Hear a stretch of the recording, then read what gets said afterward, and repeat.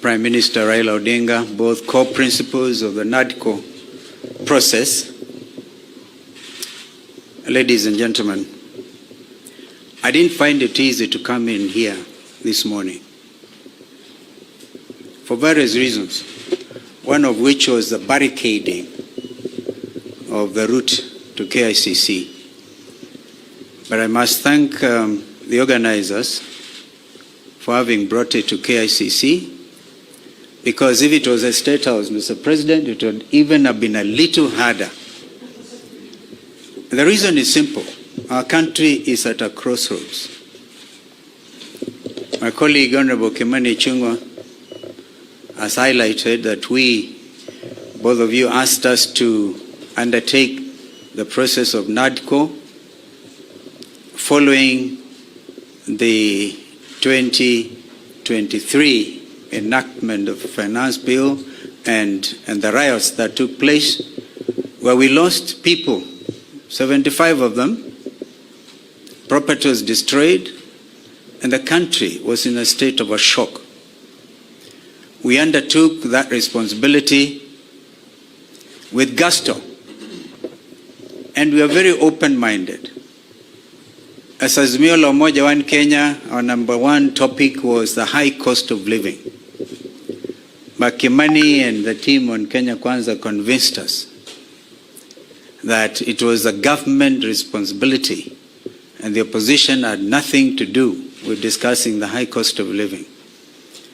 I hope that in the light of recent developments, my friend Kimani would have revised that thought.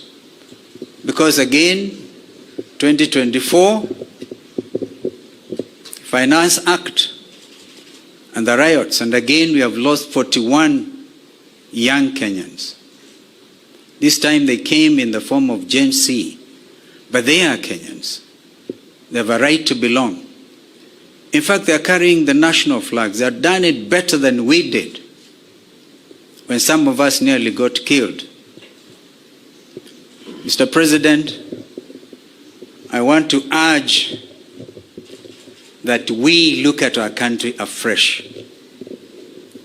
There's no way we can wish away the Gen Z revolution.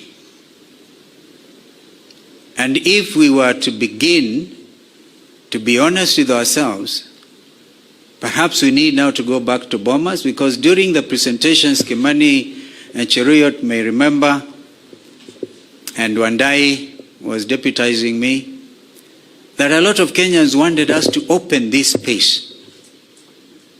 The space has been opened by Gen Z. I wish we had moved with speed. It has taken inordinate delay to get to where we are today, to get the first product out of NADCO.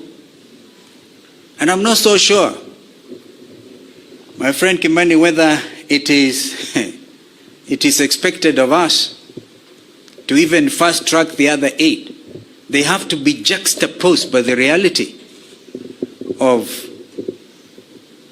the country and this new revolt. If we are not careful, all of us will get thrown out by the Gen Zs, because they say we have come of age. You say that we are leaders of tomorrow, we are leaders now. We can't wish them away. Therefore, I want to urge that we now look at the whole thing. For example, we have now set up the process of nominating new commissioners. We made it very clear that both you, Mr. President, and Mr. Raila Odinga, the Prime Minister, will have to agree on, perhaps most importantly, on who becomes the chair of the new IBC. That principle of consultation was inbuilt, and I thank my colleagues because we didn't have to struggle much to agree. But now is the time. The country is at a crossroads. Can we, for a beginning, even in order to bring the country to normalcy, can you, Mr. President, order the Inspector General of Police, if he doesn't resign, can he remove the police from the streets? Can the army get out of our streets and back to the barracks? I thank you.